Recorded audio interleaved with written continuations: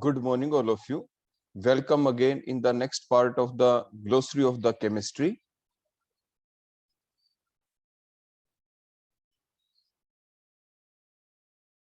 In this part, we will discover about the different portion that is about the scientist discovery. Almost one question may be asked from that particular part. Other part will be the some important gases. What is the composition of different type of gases like coal gas, water gas, synthesis gas, and so on. Next, about the drying of the gases, how can we dry a particular type of the gas, and so on. Many more things will be discussed in today's part. So let's start today's lecture with the scientist and their discoveries. किस scientist ने किस चीज की discovery की, उससे हम आज का पोर्शन अपना स्टार्ट करते हैं. तो सबसे पहले हम स्टार्ट करते हैं. देखो हमारा ये फर्स्ट पार्ट है, that is about the positron. Who discovered the positron? The scientist, that is the Anderson, discover the positron. Discover the positron. Exam में अक्सर आपसे ये क्वेश्चन पूछा जाता है. आपके साइंटिस्ट बेस भी वन क्वेश्चन आपके एग्जाम में आ सकता है. Next one is the Dalton. Dalton scientist ने किस चीज की डिस्कवरी की थी?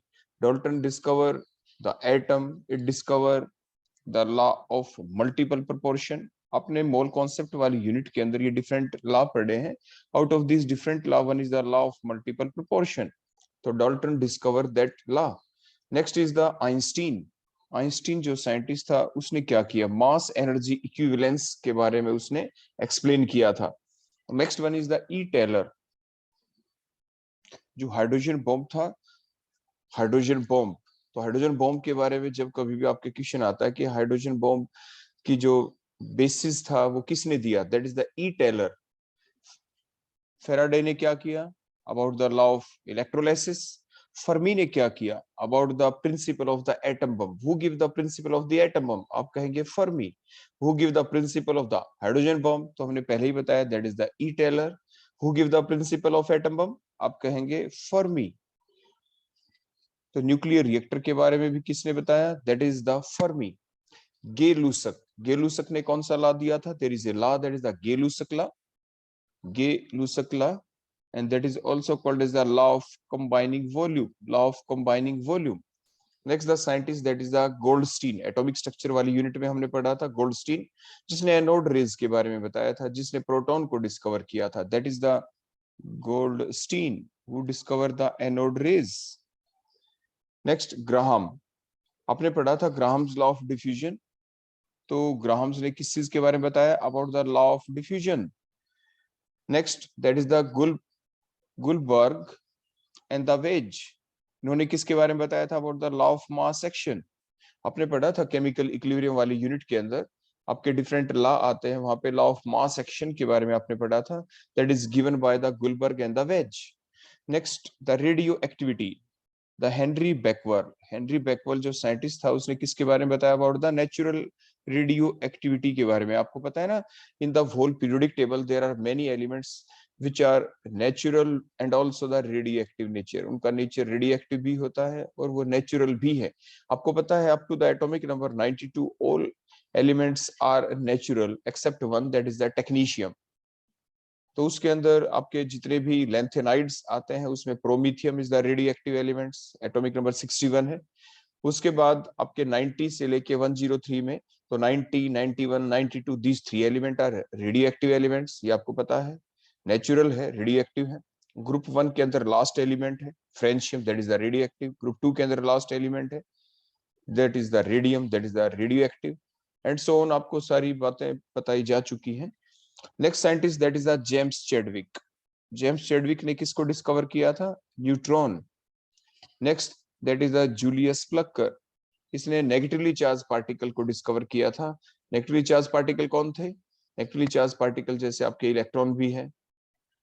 J Thomson discover the electron.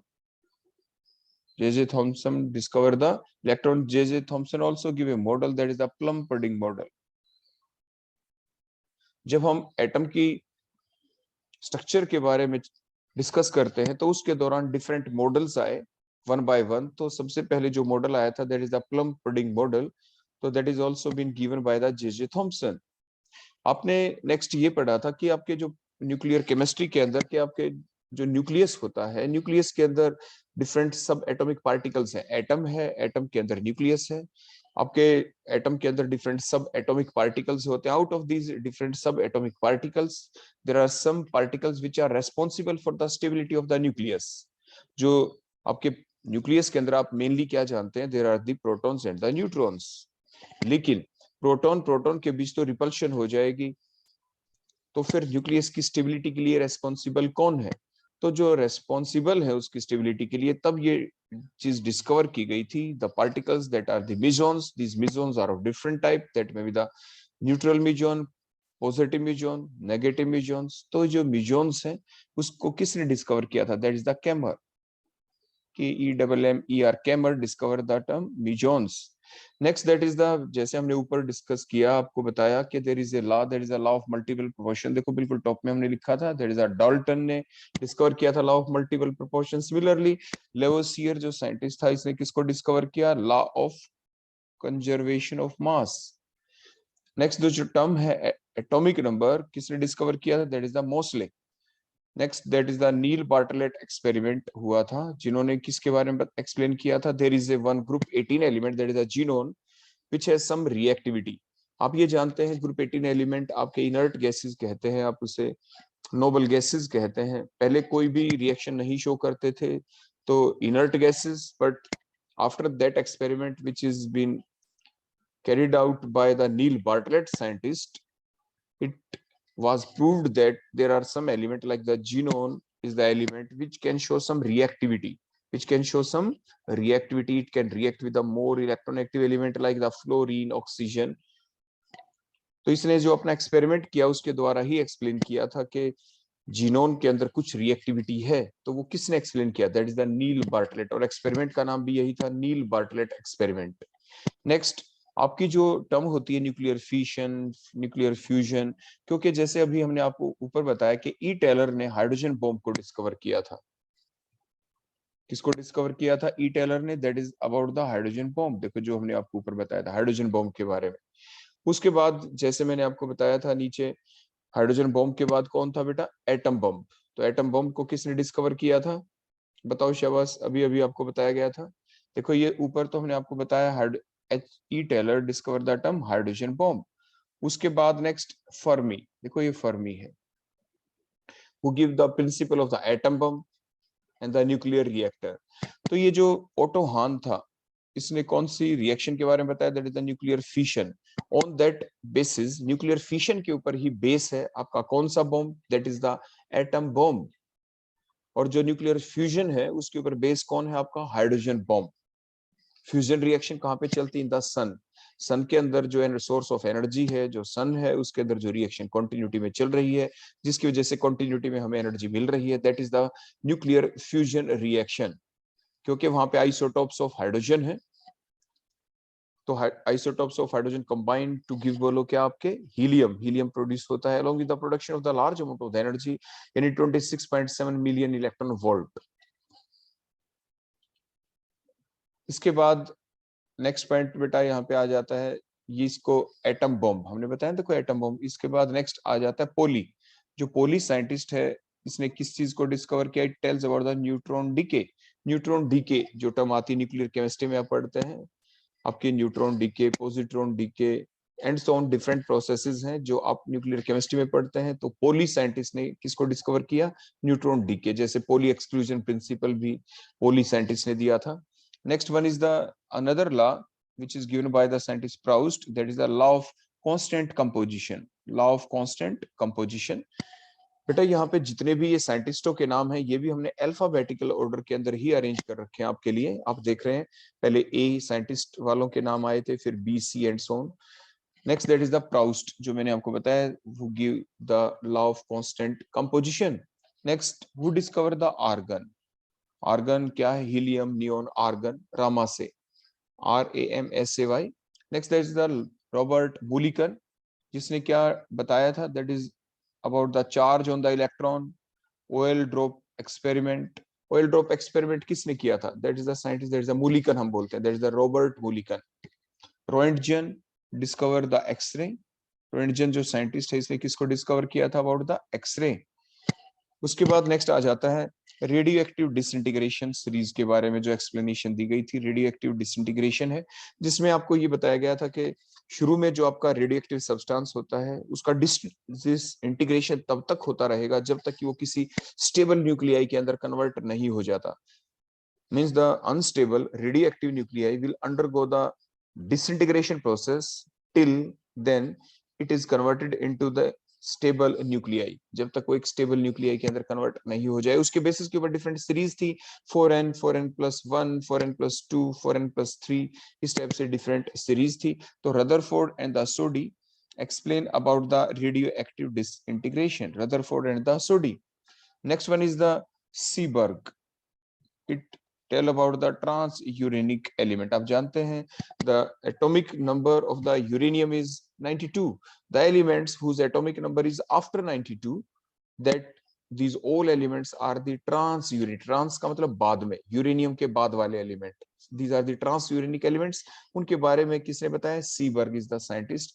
Next there is equation, हमने पढ़ा था ना wave equation के बारे में, wave mechanical model of atom जो आया था, that is explained by the scientist, that is the Schrodinger.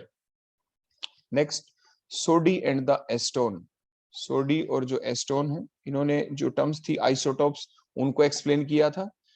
Next that is the sorrel who explain about the composition of the ozone. Ozone की जो layer है आपने पढ़ा था सबसे पहले ट्रोपोस्फियर फिर स्ट्रेटोस्फियर। ट्रोपोस्फियर 0 to 12 किलोमीटर, 0 से लेके 12 किलोमीटर तक आपकी क्या होती है?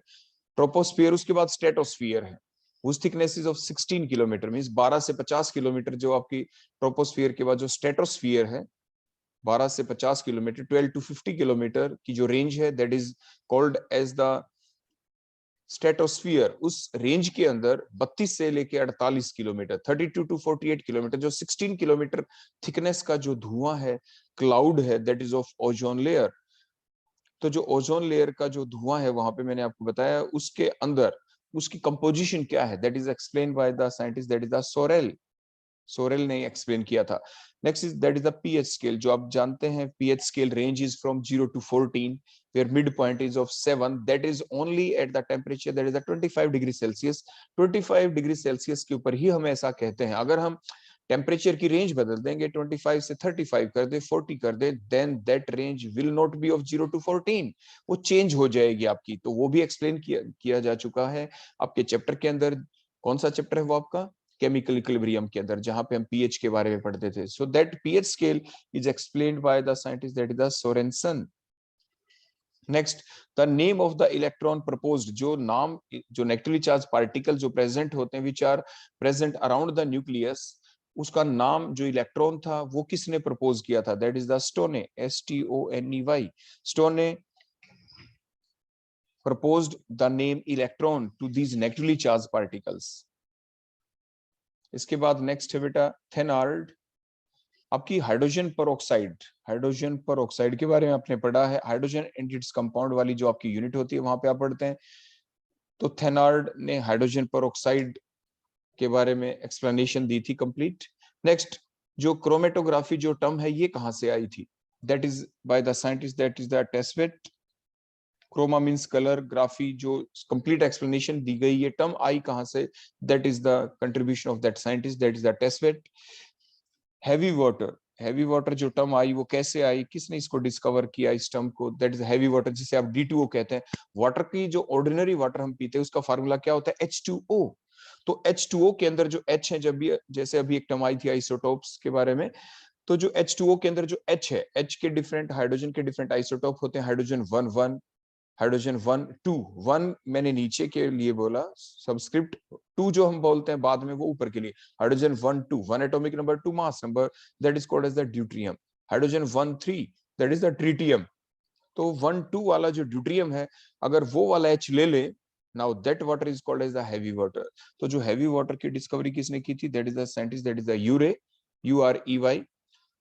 जब भी आप ऑर्गेनिक केमिस्ट्री के बारे में स्टार्ट में पढ़ते हैं तो उसके दौरान यूरिया सिंथेसिस किसने की थी? किसने इसके बारे में एक्सप्लेनेशन दी थी? That is the scientist volar. उसके बाद यूकावा। जिसने न्यूक्लियर फोर्सेस के बारे में बताया। आप जानते हैं ना, न्यूक्लियस की जो स्टेबिलिटी है उसके लिए रिस्पॉन्सिबल कौन है?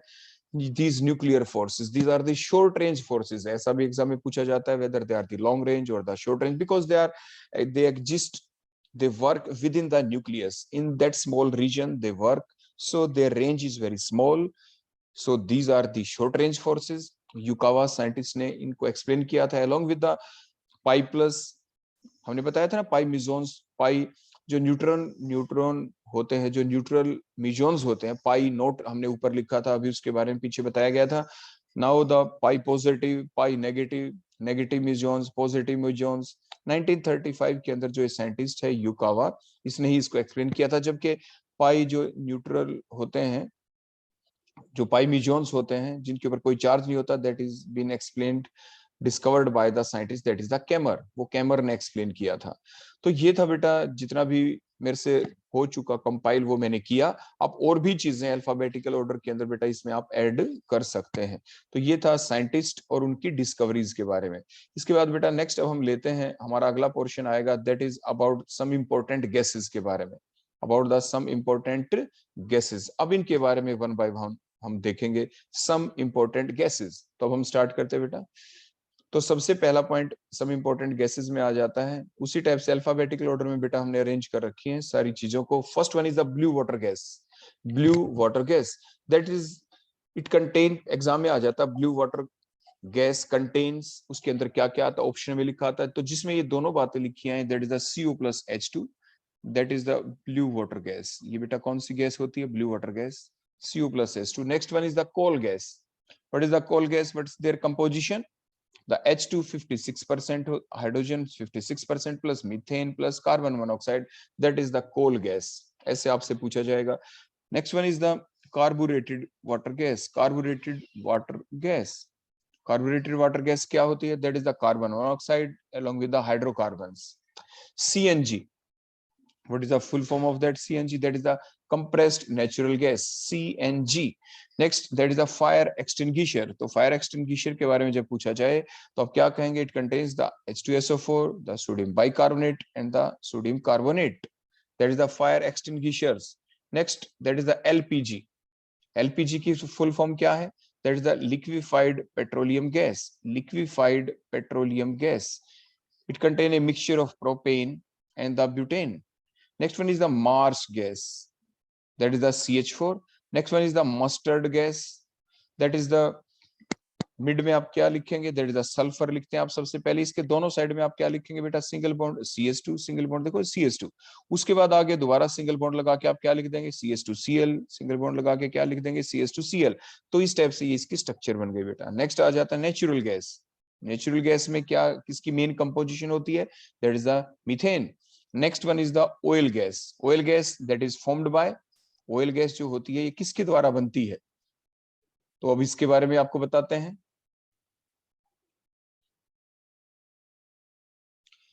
Oil gas that is formed by the cracking of the kerosene oil and is used in the burner.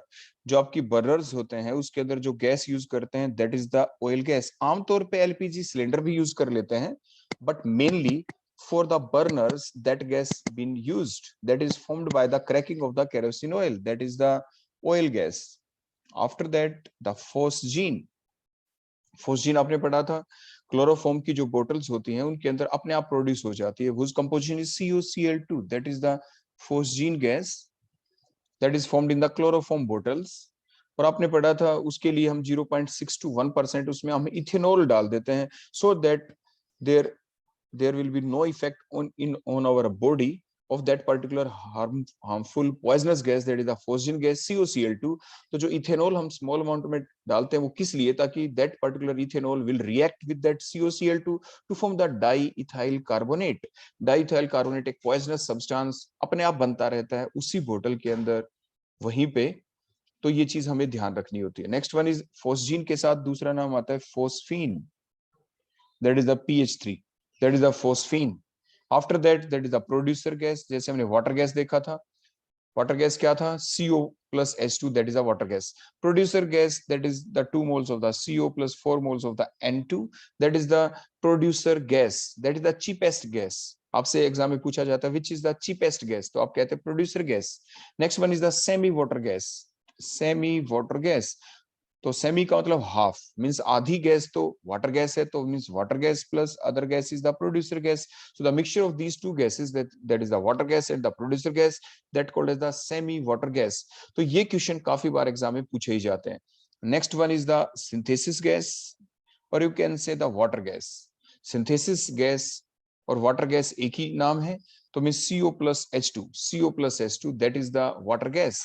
Next one is the tear gas, और जिसे आप क्लोरोपिक्रीन भी कहते हैं, CCl3NO2। इसकी कंपोजिशन आपने देखा था क्लोरोफॉर्म के अंदर, जब हम कंसंट्रेटेड नाइट्रिक एसिड डाल दें, means CHCl3 plus HNO3 will give, बोलो क्या, CCl3NO2 plus water. Water loss हो जाता है क्लोरोफॉर्म और नाइट्रिक एसिड की रिएक्शन के दौरान, आपके क्या होगा, वाटर लॉस हो जाएगा सिर्फ, और फिर क्या बनेगा, that is the chloropicrin, tear gas. Next one is the war gas, जिसे लेविसाइट भी कहते हैं, that is an organo arsenic compound. ये ऑर्गेनो आर्सेनिक कंपाउंड होता है वार गैस। तो एग्जाम में इस टाइप से बेटा क्वेश्चन आपसे पूछे जा सकते हैं।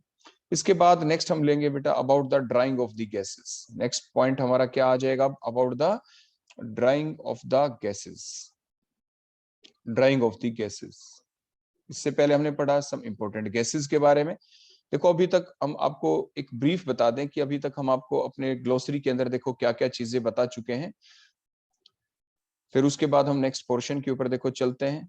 बेटा अभी तक जो हमने आपको बताया था in the glossary of the chemistry, जो हमारा सबसे फर्स्ट पार्ट था, उसमें देखो बेटा आपने ये ध्यान दिया था, हमने सबसे पहले आपको बताया था सम इंपॉर्टेंट कंपाउंड्स के बारे में, सम इंपॉर्टेंट कंपाउंड्स के बारे में, जिसमें डिफरेंट कंपाउंड्स को देखो इस टाइप से हमने अल्फाबेटिकल ऑर्डर के अंदर अरेंज किया था, और ये सारे के सारी बातें आपको एक्सप्लेन कर दी गई थी कि इनमें से कोई भी क्वेश्चन आपके एग्जाम में आपसे पूछा जा सकता है।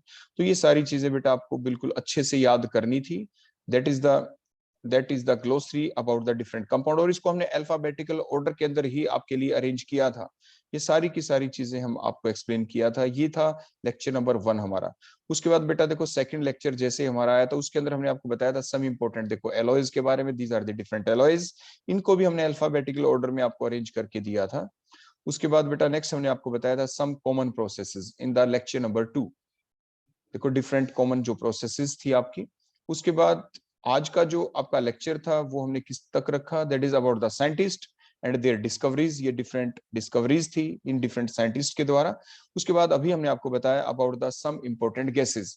अब हमारा नेक्स्ट पॉइंट हम शुरू करते हैं ड्राइंग ऑफ द गैसेस, ये भी काफी इंपॉर्टेंट है, एग्जाम में अक्सर इसके ऊपर क्वेश्चन पूछा जा सकता है। ड्राइंग ऑफ द गैसेस, किसी भी गैस को कैसे ड्राई करें, उसके अंदर जो मॉइस्टनेस है उसको हम कैसे रिमूव करें, that is the portion, that is the drying of the gases. तो फॉर एग्जांपल आपके पास HCl गैस है, देखो जो सबसे पहले नाम आए HCl gas, Cl2 gas, CO2 gas, SO2 gas, इनको हम कैसे ड्राई करें। These gases are dried by passing through the sulphuric acid. Sulphuric acid के अंदर से जब हम इन गैसेस को पास करते हैं तो ये ड्राइड हो जाती है। तो ऑप्शन में लिखा है तो हम कंसंट्रेटेड सल्फ्यूरिक एसिड के ऊपर हम टिक कर देंगे।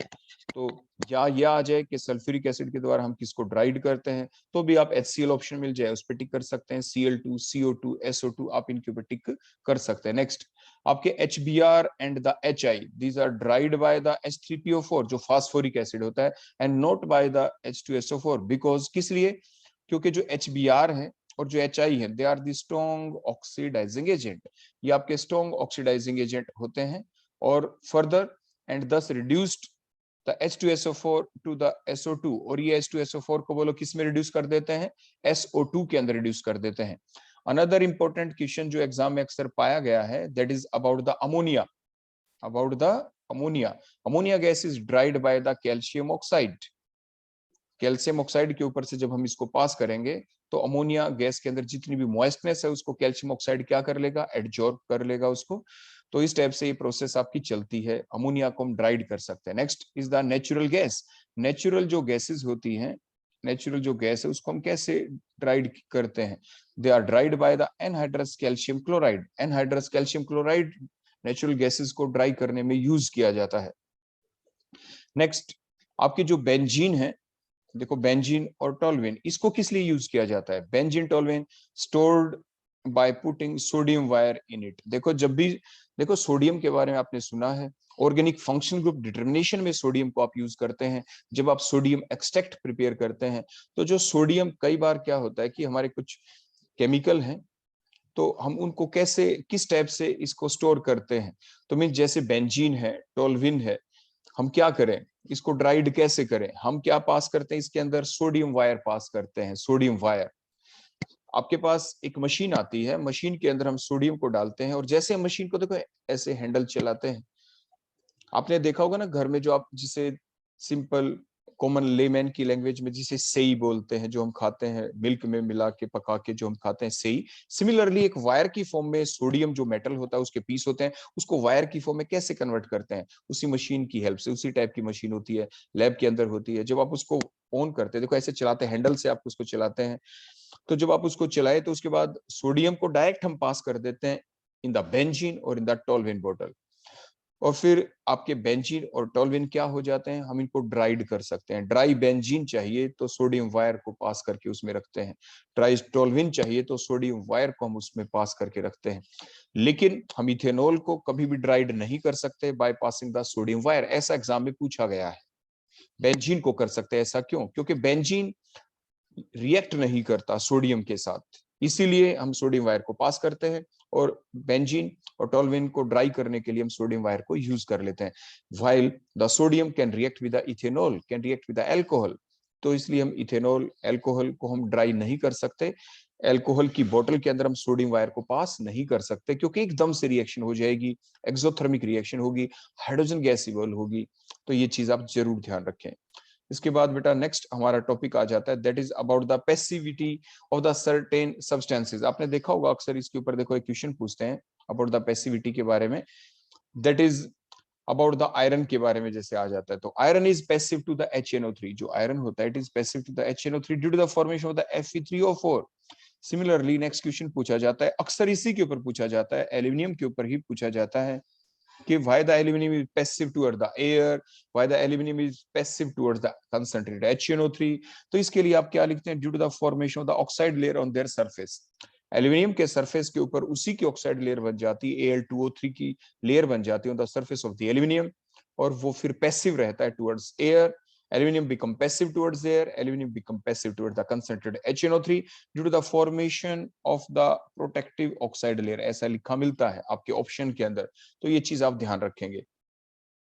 इसके बाद बेटा नेक्स्ट हमारा टॉपिक आता है, that is about the anhydrides. ये काफी इंपॉर्टेंट टॉपिक है, इसके ऊपर काफी बार क्वेश्चन आ चुके हैं अबाउट द एनहाइड्राइड्स। तो जैसे एग्जाम में आपसे पूछा जाए what is the anhydride of concentrated H2SO4, H2SO4 है उसका एनहाइड्राइड कौन है? तो आपका सिंपल काम होता है, आप इसके अंदर से वाटर लॉस करवा दें, simply loss the water, H2O निकाल दें, उसके अंदर से जो बच गया that is called as the anhydride. Mean जो भी कंपाउंड है उसके अंदर से H2O कम करने के बाद the remaining part is called their anhydride. तो H2SO4 के अंदर से आपने H2O निकाला तो SO3 बच गया, that is the anhydride of the H2SO4। Similarly आपने H2SO3 जो है sulphurous acid, H2SO4 is the sulfuric acid, H2SO3 that is called as the sulfurous acid। इसमें से उसी टाइप से देखो आपने जो वाटर H2O देखो लॉस किया तो H2 निकल गया यहाँ से, O निकल गया यहाँ से, तो SO2 बच गया। सो SO2 is the anhydride of H2SO3। Similarly कोई आपसे पूछे what is the anhydride of the HNO3, तो दैट इज द N2O5। आप कहेंगे सर इसके अंदर तो H2 है ही नहीं, तो आप क्या करते हैं इसके दौरान, आप HNO3 के 2 मोल्स ले लेंगे। देखो इस टाइप से HNO3 को आप 2 टाइम्स लिख देंगे। अब निकाल दे वाटर, तो अब निकल गया ना, देखो वाटर आपका, देखो ये H2 निकल गया, यहाँ से H2 एक O लॉस हो जाएगा, तो क्या बच गया, the remaining part is the N2O5। Now the remaining part is N2O5। Clear हो गया? सो that is the anhydride of the HNO3। Similarly what is the anhydride of nitrous acid, HNO3 nitric acid था, और HNO2 क्या है आपका, that is the nitrous acid HNO2। Similarly इसमें भी आप क्या करेंगे, HNO2 के 2 मोल्स आप देखो इस टाइप से लिखेंगे HNO2, और फिर आप वाटर लॉस करवाएं, देखो H2 यहां से निकल गया एक O, तो क्या बच गया N2O3। So the N2O3 is the anhydrous of, anhydride of, बोलो किस चीज का एनहाइड्राइड है, HNO2। तो एग्जाम में पूछे which is the anhydride of HNO2, तो आप इस टाइप से कैलकुलेशन करें और N2O3 के ऊपर टिक कर दें। सिमिलरली आपसे ये पूछ लिया जाए N2O3 is the anhydride of, तो आप HNO2 के ऊपर टिक कर देंगे। Next one is the H3PO3 जो आपका फास्फोरस एसिड है। सिमिलरली H3PO4 के बारे में भी आपसे पूछा जा सकता है। H3PO4 हमने यहाँ पे लिखा है H3PO3 that is the phosphorus acid. तो अगर आप इसमें से देखो, सबसे पहले देखो आप वाटर लॉस इसमें से करवाएंगे, देखो H2O, तो आपके पास क्या बचेगा? आपके पास बचेगा HPO2। देखो HPO2, उसके बाद फर्दर आप इसके 2 मोल्स लें HPO2 के, फिर से वाटर लॉस करें, देखो इस टाइप से H2 और O, तो क्या बच गया? That is a P2O3। और कई बार लिखा मिल जाता है P4O6। क्या लिखा मिल जाता है? P4O6। Both are the same thing, क्योंकि इसके डाइमर की फॉर्म में भी ये क्वेश्चन अक्सर पूछा जाता है, क्योंकि इसकी जो स्ट्रक्चर होती है P2O3 की, वो ओवरऑल जो कंप्लीट स्ट्रक्चर अभी हम आपको बताएं भी, that is the P4O6 structure. P2O3 की हम ड्रा नहीं करते, वो P4O6 की, तो इसी फॉर्म में ये एग्जिस्ट करता है। उसके बाद नेक्स्ट आ जाता है जैसे HPO2, जैसे ऊपर हमने बना ही दिया, देखो ये HPO2 ही बना था, तो HPO2 का 2 मोल्स लिखेंगे उसी टाइप से जैसे हमने ऊपर आपको करके दिखा दिया। तो क्या बनेगा उसी टाइप से, यही P2O3 और you can say the P4O6। इसके बाद नेक्स्ट आपका आ जाता है that is the H3PO4 phosphoric acid जो है। इसके अंदर से जब आपने वाटर लॉस किया तो बोलो सबसे पहले आपका क्या बना? H2O निकलने के बाद दैट इज द HPO3। फिर आप इस उसी टाइप से देखो इसके 2 मोल्स लेंगे HPO3 के 2 मोल्स, फिर आप देखेंगे क्या बच गया, देखो 2 तो आपके H निकल गए यहाँ से, 1 को तो P2O5।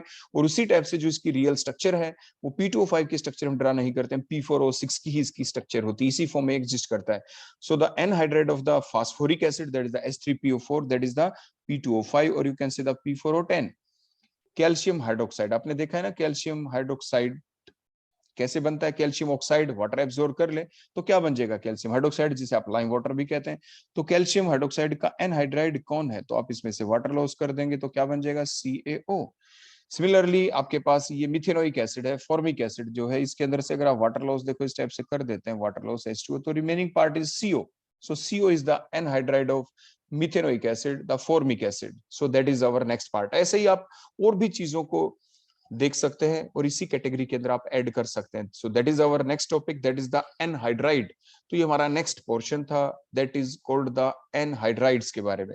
इसके बाद बेटा एक इंपॉर्टेंट पॉइंट और आता है, that is the pair which can not exist together. Exam में कई बार ये क्वेश्चन आ चुका है कि विच of the following pair can not exist together. कौन से पेयर ऐसे हैं जो इकट्ठे एग्जिस्ट नहीं कर सकते? वो वही पेयर होंगे जो आपस में रिएक्ट कर जाते होंगे। फॉर एग्जाम्पल ऑप्शन में अक्सर यही क्वेश्चन आमतौर पर मिलता है आपका, NaOH और आपका बोलो कौन? NaHCO3। ये जो पेयर है इसको आप इकट्ठा एक ही कंटेनर के अंदर आप इकट्ठे स्टोर करके नहीं रख सकते। That pair can not exist together. क्यों? क्योंकि इनके बीच में रिएक्शन हो जाएगी। रिएक्शन होगी तो क्या बनेगा?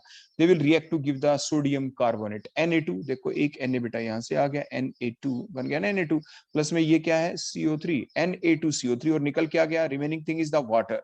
तो Na2CO3 प्लस क्या निकल जाता है? That is water. वाटर देखो यहाँ पे लॉस हो जाता है। So that is the reason कि इनके बीच में रिएक्शन हो जाती है। और भी ऑप्शन मिलेंगी लेकिन ध्यान रखें ये काफी इंपॉर्टेंट क्वेश्चन होगा आपके लिए। उसके बाद बेटा नेक्स्ट हेडिंग हम ले लेते हैं, एक्शन ऑफ द वाटर। जैसे वाटर का एक्शन कई टाइप से हो सकता है। कुछ सब्सटेंस वाटर को सिंपली एब्जॉर्ब करेंगे, कुछ वाटर को एब्जॉर्ब करेंगे in the water of hydration की फॉर्म में, कुछ सब्सटेंस ऐसे होंगे जो लाइट के साथ रिएक्ट करते हैं। किस टाइप से रिएक्ट करते हैं? लाइट को यानी एब्जॉर्ब कर ले और साथ के साथ इमिट करते रहे, एब्जॉर्ब कर ले धीरे धीरे इमिट करें। ऑन दैट बेसिस ये हमारा नेक्स्ट टॉपिक है, that is the action of the water and the action of the light on these different substances. अब हम वन बाय वन इनको लेते हैं।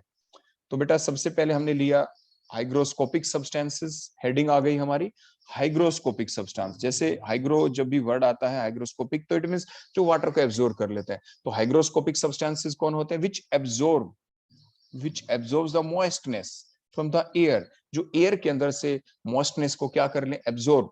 तो कौन कौन से एग्जाम्पल है? आमतौर पे एग्जाम में ये पाया गया है कि यही पूछे गए हैं, तो इसलिए मैंने स्पेसिफाइड ही एग्जाम्पल आपको दिए हैं ताकि आप ज्यादा पजल भी ना हो। That is the ammonium nitrate, sodium chlorate NaClO4, ammonium nitrate NH4NO3, antimony trichloride SbCl3. So these are the substances which come in the category of the hygroscopic substances, are those substances which absorb the moistness from the air. The next one are the deliquescent substances. Deliquescent substances, these are those substances which absorb, तो deliquescent है आपकी next category के। तो deliquescent substances are those substances which absorbs large quantity of the water from the air means they act as the drying agent. अभी हमने देखा था ना कि गैसेस को हम कैसे ड्राई करते हैं, तो means they also act as the drying agent. इनको हम ड्राइंग एजेंट की तरह यूज कर सकते हैं, but they are specific nature, इनका नेचर स्पेसिफिक है, उसी के लिए आप इसको ड्राइंग एजेंट का काम करेंगे। देखो वो जो उस पर्टिकुलर गैस के साथ रिएक्ट ना कर सकता हो, किसी गैस को आप पास कर दे इसके अंदर से लेकिन रिएक्ट कर जाए तो आप उसको ड्राई नहीं कर पाए ना, तो means they their nature will be specific. Specific drying agent को आप स्पेसिफिक चीज के लिए ही यूज कर सकते हैं, नेचर हमेशा स्पेसिफिक ही रहेगा। तो डीलिक्विसेंट सब्सटेंसेस में कौन आते हैं? NaOH। आपने देखा होगा ना, जब भी हम सॉल्यूशन प्रिपेयर कर रहे हो, फॉर एग्जांपल NaOH का सॉल्यूशन आमतौर पे एसिड बेस टाइट्रेशन में आप यूज ही करते हैं ना, NaOH का टाइट्रेशन आप HCl के साथ करते हैं, फिनोल्फथालीन एज इंडिकेटर आप यूज करके। तो NaOH को जब भी आप वी करते हैं, एकदम से वी कर लेते हैं, और ये NaOH हमेशा ही आपने आपको बताया था सब्सटेंस दो टाइप के होते हैं लेबोरेटरी के अंदर। One is the primary standard substance, जो हमेशा ही प्यूरिफाइड की कैटेगरी में डाले जाते हैं, कि जब आप उसका सॉल्यूशन प्रिपेयर करेंगे तो उनका सॉल्यूशन एग्जैक्ट बनता है। एग्जैक्ट बनता है मीन्स अपने सॉल्यूशन, आपने कैलकुलेशन की जो आपको सिखा रखा है उसके अकॉर्डिंग कि भाई 1/10 नॉर्मेलिटी का बनाना है, 1/20 नॉर्मेलिटी का सॉल्यूशन बनाना है, तो एग्जैक्ट नॉर्मेलिटी का सॉल्यूशन बने, एग्जैक्ट कंसंट्रेशन का सॉल्यूशन बने, जिन कंपाउंडों की हेल्प से, वो सारे कंपाउंड कहलाते हैं primary standard substance. Primary standard substance फिर कौन से होते हैं? ये वो सब्सटेंस होते हैं जो कि अपने अंदर इंप्योरिटी नहीं रखते, जिनके अंदर किसी भी टाइप की कोई इंप्योरिटी आने के चांस ही नहीं होते, जो प्योर रहते हैं। हम उनको प्योरीफाइड कर सकते हैं, उनको हम प्योरीफाई कर सकते हैं। These are the primary standard substance, जिनका सॉल्यूशन एक पर्टिकुलर फिक्स्ड कंसंट्रेशन का प्रिपेयर किया जा सकता है। और सेकेंडरी स्टैंडर्ड सब्सटेंस कौन होते हैं? जो जिनका सॉल्यूशन जब भी हम प्रिपेयर करेंगे ना, वो एग्जैक्ट कंसंट्रेशन का हो ही नहीं सकता। फॉर एग्जांपल NaOH का नहीं हो सकता, ये सेकेंडरी स्टैंडर्ड सब्सटेंस की कैटेगरी में आता है। क्योंकि जब भी आप इसको वे करते हैं, फॉर एग्जांपल आपने इसको 1 ग्राम वे कर लिया NaOH को कितना वे कर लिया? 1 ग्राम, लेकिन ये 1 ग्राम मिलेगा नहीं, क्योंकि इट एब्जॉर्ब द वाटर। ये 1 ग्राम से कम मिलेगा, क्योंकि उसके साथ इसने वाटर को भी एनवायरमेंट से क्या कर लिया? एब्जॉर्ब कर लिया है। तो हमने वे किया 1 ग्राम, लेकिन NaOH तो उसमें 0. मान लीजिए 9 ग्राम ही था, 0.95 ग्राम ही था, क्या पता कितना हो। तो इसलिए जब हम सॉल्यूशन प्रिपेयर करते हैं NaOH का, एग्जैक्ट कंसंट्रेशन का नहीं होगा, फिर हम इसको स्टैंडर्डाइजेशन कहते हैं। अगली स्टेप आती है कि जो सॉल्यूशन हमने बना तो लिया NaOH का, लेकिन किस कंसंट्रेशन का बना? फिर हम टाइट्रेशन की हेल्प से, टाइट्रेशन NaOH की किससे करेंगे? ये तो स्टैंडर्ड सॉल्यूशन नहीं बना, एक दूसरा कोई सॉल्यूशन लेंगे जो कि स्टैंडर्ड सॉल्यूशन हो। तो फिर हम टाइट्रेशन करते हैं NaOH के सॉल्यूशन की उस स्टैंडर्ड सॉल्यूशन के साथ, और फिर हम नॉर्मेलिटी इक्वेशन लगाते हैं, मोलरिटी इक्वेशन लगाते हैं, N1V1 = N2V2, और उसकी हेल्प से फिर हम एग्जैक्ट कंसंट्रेशन NaOH की कैलकुलेट कर लेते हैं। तो ये चीजें भी बेटा आपको पता होना जरूरी थी, एग्जाम में अक्सर ऐसी बातें आपसे पूछी जा सकती हैं, तो इस चीज को आप जरूर ध्यान रखें। हम प्रैक्टिकल के दौरान तो ये सारी बातें आपको बताते ही है, लेकिन यहाँ पे मैंने ब्रीफनेस कर दी। सिमिलरली आपका KOH है, it also absorb the large quantity of the water from the air. NaNO3, sodium nitrate, calcium nitrate, calcium chloride, देखो आपने देखा ये अपने साथ 6H2O को रिटेन किए रखता है। CaCl2 के साथ कितने वाटर मॉलिक्यूल रिटेन रहते हैं? ये एग्जाम में पूछा जा सकता है। 6H2O आप आंसर लिखेंगे। जिंक क्लोराइड के साथ 6H2O है, मैग्नीशियम क्लोराइड के साथ देखो 6H2O है, क्रोमियम क्लोराइड के साथ CrCl3 है, उसके बाद D2O, NaCl। जो NaCl के बारे में बेटा एक अलग बात बता दें जो एग्जाम में आपसे पूछा जाता है। NaCl itself is not the deliquescent substance, ध्यान रखें। NaCl अपने आप में डीलिक्विसेंट सब्सटेंस नहीं है, लेकिन इट कंटेन्स द इम्प्यूरिटी, इसके साथ हमेशा ही इम्प्यूरिटी रहती है। और इम्प्यूरिटी कौन सी होती है? तो NaCl is a it come in the category of the deliquescent substance because it also always contains some impurity in the form of the magnesium chloride. So due to the presence of बोलो कौन सा substance? Magnesium chloride in the form of the impurity in the NaCl, and that MgCl is the deliquescent substance। जैसे हमने ऊपर बताया भी है, देखो ये रहा MgCl2, इसके साथ 6H2 होते हैं, जिसकी वजह से जो आपने नमक देखा होगा वो हमें यानी चिपचिपा सा नजर आता है, स्टिकी सा महसूस हो जाता है इन द रेनी सीजन। और अगर उसके अंदर ये इम्प्यूरिटी नहीं है, अगर इस इम्प्यूरिटी को निकाल दिया गया NaCl के अंदर से, तो फिर उसके अंदर यानी स्टिकीनेस नहीं आएगी। तो the stickiness in the NaCl is due to the presence of the impurity MgCl2। आपके एग्जाम में पूछा जाता है कि NaCl जो डीलिक्विसेंट होता है किस वजह से, तो ऑप्शन में लिखा आता है due to the presence of the impurity that is MgCl2। तो ये बेटा आप जरूर ध्यान रखेंगे। नेक्स्ट पॉइंट आ जाता है वो सब्सटेंस जो वाटर को लॉस करते हैं, अभी तक तो हमने देखा जो एब्जॉर्ब करते हैं, तो उसे कहते हैं इफ्लोरेसेंस। इफ्लोरेसेंस, तो ये कौन, which losses the water by hydrates, जो वाटर ऑफ हाइड्रेशन होते हैं उसको वो लॉस कर सकते हैं। आपने देखो मेन तो एक कॉपर सल्फेट के बारे में पढ़ा है, डी ब्लॉक के अंदर आप पढ़ते थे। कॉपर सल्फेट हाइड्रेटेड जो होता है it is blue in colour. फिर आप चाइना डिश में आप लें लेबोरेटरी के अंदर कॉपर सल्फेट को लें जो ब्लू कलर का है, आप उसको नीचे से हीट करें, हीट करेंगे आप देखेंगे थोड़ी देर में व्हाइट कलर का हो जाता है। क्यों? क्योंकि उसने वाटर ऑफ हाइड्रेशन को लॉस कर दिया है। पहली बात तो ये कॉपर सल्फेट के बारे में बेटा पहले आपको बता रहे हैं। साथ के साथ देखो ये जो सोडियम सल्फेट था Na2SO4, इसके साथ भी 10 वाटर मोलिक्यूल अटैच रहते हैं जिनको ये लॉस कर सकता है। उसके बाद इसको ई फ्लोरिसेंस कहते हैं।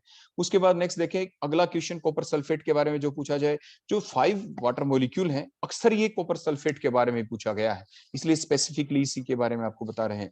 जो CuSO4.5H2 हमने लिखा, इसके अंदर जो 5H2O मॉलिक्यूल्स हैं, out of this 5H2O molecule the 4 water molecules, बेटा ध्यान रखना ये बात आपकी ऑप्शन में लिखी आती है, the 4 water molecules are attached by the coordinate bond with the copper ion. जो ये डी ब्लॉक एलिमेंट है जो कॉपर आयन है, 4 वाटर मॉलिक्यूल तो इस Cu+ आयन के साथ कोऑर्डिनेट बॉन्ड बनाते हैं, while the remaining 1 water molecule, देखो जो ये एक वाटर मॉलिक्यूल देखो जो बच गया, देखो that forms that 1 water molecule, it forms hydrogen bond with the sulphate ion, जो कि सल्फेट आयन के साथ बेटा क्या बनाता है, हाइड्रोजन बॉन्ड। तो बेटा ये बात जरूर ध्यान रखना, बहुत इंपॉर्टेंट पॉइंट था ये आपके लिए कि कॉपर सल्फेट, देखो थोड़ा इसको शॉर्ट कर देता हूं मैं यहाँ पे स्क्रीन पे पूरा आपको दिखे, ताकि देखो ये कॉपर सल्फेट के बारे में मैंने अभी आपको बताया कि it has the 5 water molecule, out of this 5 water molecule the 4 water molecules from the coordinate bond with the copper ion Cu2+ ion. पूछ ले कौन सा आयन, Cu2+ आयन, वो तो आपको पता है, फार्मूले से पता चल गया। while the one remaining H2O forms the hydrogen bond with the sulfate ion। बड़ा इंपॉर्टेंट है बेटा, बहुत बार कंपटीशन में ये आपसे पूछा जा चुका है। After that the next one that is the efflorescent की कैटेगरी में आ गया FeSO4.7H2O, Na2CO3 के साथ 10 वाटर मॉलिक्यूल, MgSO4 के साथ 7 वाटर मॉलिक्यूल अटैच रहते हैं। ये भी ध्यान रखना किसके साथ कितने वाटर मॉलिक्यूल अटैच रहते हैं, पहली बात ये जरूर याद रखेंगे आप, क्योंकि पूछा जा चुका है काफी बार। FeSO4 जिसे आपके सोडियम कार्बोनेट के साथ कितने water molecule, MgSO4 Epsom salt जिसे आप बोलते हैं, तो इसके साथ कितने वाटर मॉलिक्यूल अटैच रहते हैं, तो ये आप जरूर ध्यान रखें। इसके बाद बेटा नेक्स्ट हमारा पॉइंट आ जाता है कि देयर आर सम हाइड्रेट्स, कुछ हाइड्रेट ऐसे भी होते हैं विच, देखो ये नेक्स्ट पॉइंट हमारा, there are some hydrate which can not be dehydrated even by heating, जिनको हम हीट कर दें तो भी वो डिहाइड्रेटेड नहीं होते। अभी हमने बताया ना, जैसे अभी कॉपर सल्फेट 5H2O था, जब हम आप उसको चाइना डिश में डालें हीट करें तो वाटर ऑफ मॉलिक्यूल जो थे, वो वाटर ऑफ हाइड्रेशन जो थे वो डिहाइड्रेट हो जाते हैं, वो हट जाते हैं वहां से, तो एनहाइड्रेटेड फॉर्म हमें मिल जाती है। लेकिन there are some hydrates which can not be dehydrated even by heating, that is the AlCl3.6H2O, FeCl3.6H2O, MgCl2.6H2O, they undergo hydrolysis by their water of crystallization। ये हाइड्रोलिसिस प्रोसेस को शो कर देते, जैसे AlCl3+ वाटर के साथ react करेगा तो aluminium hydroxide बन जाएगा, AlOH का थ्राइस, आपने सरफेस केमिस्ट्री वाले चैप्टर में भी पढ़ा था। FeCl3 जब रिएक्ट करेगा वाटर के साथ तो फेरिक हाइड्रोक्साइड बन जाएगा, FeOH का थ्राइस। तो मींस ये वो हाइड्रेट हैं जिनके वाटर ऑफ मॉलिक्यूल को आप हटा नहीं सकते हीटिंग के द्वारा भी, but they undergo the hydrolysis by their own water of crystallization. इसके बाद बेटा नेक्स्ट लाइट का इफेक्ट हम देखेंगे। नेक्स्ट हमारे सब्सटेंस आगे, जैसे फास्फोरेसेंट सब्सटेंस, आपने पढ़ा है ना लैब, हमारे घरों में जो ट्यूब होती है, बोलो कौन सी ट्यूब होती है, फ्लोरिसेंट ट्यूब्स होती हैं। These are the fluorescent tubes, fluorescent tubes, वहां से उसको याद रखें, फिर आपको ये डेफिनेशन भी याद हो जाएगी। जैसे आपने देखा ना घरों में जो ट्यूब होती है, आमतौर पे जब आप उसको परचेज करने के लिए जाते हैं तो आपको पूछते हैं विच टाइप ऑफ ट्यूब्स, आप कहते हैं fluorescent tubes. Fluorescent tubes are those tubes, जब आपने स्विच ऑन किया तो आपको लाइट देते हैं, स्विच ऑफ किया लाइट देना बंद, फ्लोरिसेंट ट्यूब्स हैं। मींस लाइट मिली, उनको एनर्जी मिली, लाइट इमिट की, आपने पीछे से एनर्जी देनी बंद कर दी, लाइट इमिट करनी उन्होंने बंद कर दी। लेकिन now the substances, these are the phosphorescent substances. Phosphorescent substance कौन से होते हैं, they absorb the light and then release the light slowly in the form of the radiations even after the removal of the light source। means इनके ऊपर आपने देखा ना जो डिस्प्ले लगाते हैं लोग, जैसे कोई सिनेमा हॉल है, किसी का कोई मॉल है, उसके फ्रंट के ऊपर उस मोल का कोई नाम है वो लिखा होता है, लेकिन वहां पे जो डिस्प्ले होता है, जो लिख रखा होता है कोई भी नाम, मोल का जो भी नाम होगा, तो उसके बाद क्या करते हैं, रात को हमें दिखता है कि वो शाइनिंग करता है। क्यों? क्योंकि वो जो सब्सटेंस है जो उस डिस्प्ले के ऊपर नाम लिखे, जैसे अल्फाबेटिकल ऑर्डर में नाम लिख देते हैं, उसके ऊपर कोटिंग कर देते हैं इस पर्टिकुलर सब्सटेंस की, जो फ्लोरिसेंट फास्फोरिसेंट सब्सटेंस होते हैं। दिन में वो लाइट एब्जॉर्ब करते हैं, रात के दौरान वो धीरे धीरे धीरे धीरे धीरे धीरे स्लोली स्लोली वो लाइट को इमिट करते रहते हैं। मींस फास्फोरेसेंट सब्सटेंस वो होते हैं जो कि लाइट को इमिट कैसे करते हैं, स्लोली, जिसकी वजह से कंटिन्यूअसली वहां पे हमें शाइनीनेस दिखती रहती है। उसके बाद आपके नेक्स्ट सब्सटेंस आते हैं, these are the fluorescent substance. देखो ये नाम आप ठीक कर लेना बेटा, यहाँ पे फास्फोरिसेंट की जगह आप क्या लिख लेंगे, यहाँ पे फ्लोरिसेंट सब्सटेंस, फ्लोरिसेंट सब्सटेंस। तो फ्लोरिसेंट सब्सटेंस जो होंगे वो कौन से सब्सटेंस होंगे, विच absorb the light and do not release the light after the removal of the light source. कि जब तक लाइट सोर्स है लाइट देते रहेंगे, लाइट सोर्स हटाया तो लाइट देनी बंद। So these are the fluorescent substance. तो बेटा कौन से सब्सटेंस होंगे, फ्लोरिसेंट, आगे स्पेलिंग है ही FLUOR, फ्लोरी, FLUOR लिख देना, आगे तो स्पेलिंग है ही। तो फ्लोरिसेंट सब्सटेंसेस कहलाते हैं आपके। तो ये हमने नेक्स्ट आपके क्वेश्चन देखे बेटा। उसके बाद एक लास्ट टॉपिक हम देखेंगे, वो बड़ा इंपॉर्टेंट होगा, अबाउट द गिलासेस, जो अक्सर एग्जाम में बेटा पूछा गया है। Some type of glasses, some type of glasses. तो सम टाइप ऑफ ग्लासेस के अंदर सबसे पहला जो हम हेडिंग ले लेते हैं, सम टाइप ऑफ गिलासेस। तो इसमें सबसे पहला पॉइंट आता है बेटा अबाउट द ऑर्डिनरी गिलास। देखे ना, घरों में हम यूज करते हैं ऑर्डिनरी गिलास, जिसे आप सोडा गिलास भी कह देते हैं, जिसे आप सॉफ्ट गिलास भी कह देते हैं। That is the ordinary glass. What is the composition of that ordinary glass? That is the sodium silicate Na2SiO3 CaCO3 4SiO2 complete, हमने पहले भी आपको बताया था। Next one is the coloured glass. गिलास को कलर्ड कैसे बनाया जाता है, अक्सर ऐसे पूछा जाता है एग्जाम में आपसे, तो उसी फॉर्म में मैंने ये क्वेश्चन यहाँ पे लिख रखे हैं आपके लिए। तो bye adding the transition metal compounds, transition metal compound add किए जाते हैं। तो ऑप्शन में लिखा मिलेगा तो आप इसके ऊपर टिक कर देंगे। तो जो ऑर्डिनरी गिलास को कलर्ड गिलास कैसे बनाया जाता है, bye adding the transition metal compounds. तो ये चीज आप ध्यान रखेंगे। उसके बाद व्हाट आर द क्वार्ट्ज गिलास, इसके बारे में क्या क्वेश्चन पूछा जाता है, ऐसे आएगा कि विच गिलास can be with stand the high temperature, कौन हाई टेम्परेचर को सहन कर सकता है, हाई टेम्परेचर के ऊपर भी कौन आपका एकदम से ब्रेक नहीं होगा, दैट इज द क्वार्ट्ज गिलास। वो बेटा कौन सा गिलास होगा आपका, क्वार्ट्ज गिलास। आप इस पे टिक करेंगे, ऑप्शन आ जाए, क्वेश्चन आ जाए विच गिलास can with stand high temperature, तो ऑप्शन में लिखा मिलेगा तो आप क्वार्ट्ज गिलास के ऊपर टिक करेंगे। नेक्स्ट द बोरोसिलिकेट गिलास, और you can say the next the Pyrex गिलास, द बोरोसिलिकेट गिलास और द पायरेक्स गिलास। तो इसके बारे में क्या क्वेश्चन आएगा, इसके बारे में क्वेश्चन आएगा बोरोसिलिकेट गिलास और द पायरेक्स गिलास। लैब के अंदर आपने देखा होगा बोरोसिलिकेट के ही आपके जितने भी एपरेटस होते हैं, गिलास एपरेटस, वो हम मंगवाते हैं। पायरेक्स गिलास भी जिसे आप कहते हैं, they can with stand the sudden change in the temperature. Sudden का मतलब आपने एकदम उसको हीट किया, लेबोरेटरी के अंदर तो आपको करना ही होता है ऐसे, आप टेस्ट ट्यूब लेते हैं, उसको एकदम हीट करेंगे, हीट करने के बाद आपको कहते हैं बेटा अब इसको कूल करें, आप एकदम टैप के नीचे ले आते हैं, आप उसको कूल करते हैं। That is the sudden change of temperature को जो बियर कर ले, दैट इज द बोरोसिलिकेट गिलास और द पायरेक्स गिलास, और द पायरेक्स गिलास। ये बनते कैसे हैं, कई बार क्वेश्चन ये भी आ सकता है। They are formed by the adding the boric acid और द बोरेक्स, ये हम ऐड करते हैं। Next that is the Crookes glass, Crookes glass, इसके बारे में क्या क्वेश्चन आता है, which of the glass can cut off the UV rays, कौन से गिलास ऐसे हैं जो यूवी रेज को कट कर देंगे, तो आप आंसर लिखेंगे क्रुक्स गिलास। और ये बनते कैसे, they are formed by adding the CeO2, CeO2 Ce क्या सीरियम होता है in the optical glass, optical glass के अंदर CeO2 को हम ऐड कर देते हैं। Next one is that is the flint गिलास, इसकी कंपोजिशन क्या है, K2O.PbO.4SiO2, ये क्या काम आते हैं, they are used in the concave lens making, concave lens के बनाने में फ्लिंट ग्लास को यूज किया जाता है। ऑप्शन में आता है which glass is used for the making the concave lens making, तो आप लिख देते हैं फ्लिंट ग्लास, उसके ऊपर आप टिक कर देते हैं। So these are the different type of the glasses. तो ये था बेटा डिफरेंट टाइप ऑफ हमारे टॉपिक जो हमने अभी आज आपको बताए। So that is all about the today's lecture. Next आपकी जो ग्लोसरी ऑफ केमिस्ट्री है उसमें और भी इंपॉर्टेंट पॉइंट हम लेके आएंगे। सो that is all about today's lecture. Thank you.